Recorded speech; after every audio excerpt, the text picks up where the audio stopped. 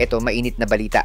Bagamat napataob ng mga Koreana ang ating Gilas Women sa knockout stage ng FIBA Women's Asia Cup, maraming stars in the making na players ang nakita natin at masasabi nating the future is bright para sa ating women's national team.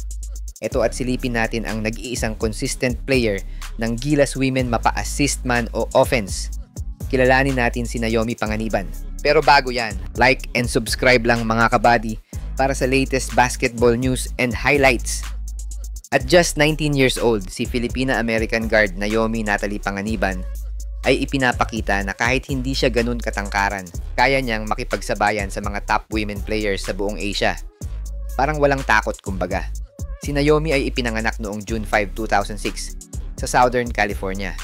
Filipino ang parehong magulang niya, kaya full-blooded Pinay talaga siya. At para sa mga nagtatanong, yes, nakapag-submit siya ng Philippine passport bago siya mag-16 kaya eligible siya bilang local player para sa Gilas. Paano nga ba na-discover si Naomi? Well, stand out na agad si Naomi sa La Jolla Country Day sa US bago pa man siya kunin ng San Diego State University. Sa freshman season niya, 2024-2025, nag-average siya ng 10.3 points per game at umiskor ng 44 made 3-pointers with 35.2% shooting from beyond the arc. Kaya naman, nakuha niya ang Mountain West All-Freshman Team Honors. Para sa akin, hindi lang ganda ang meron kay Naomi, may totoong skills at basketball IQ din siya. Dahil sa talento niya, kinuha agad si Naomi para sa Gilas Under 16 at Under 18 teams.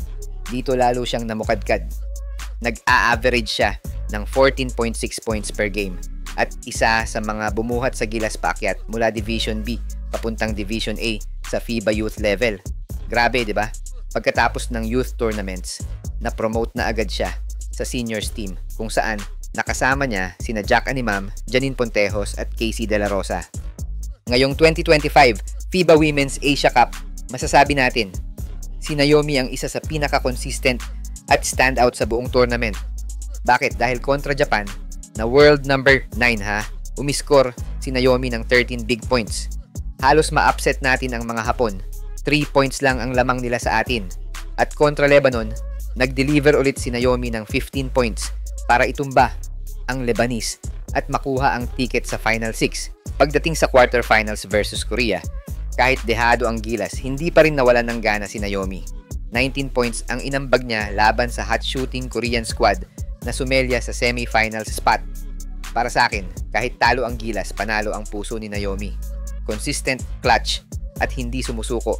Yan ang tunay na Gilas spirit. Ayon nga mismo sa FIBA, tinawag nilang a rising star with heart and hustle, si Naomi.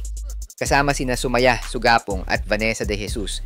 Sila ang bagong henerasyon na bubuhat sa Gilas Women.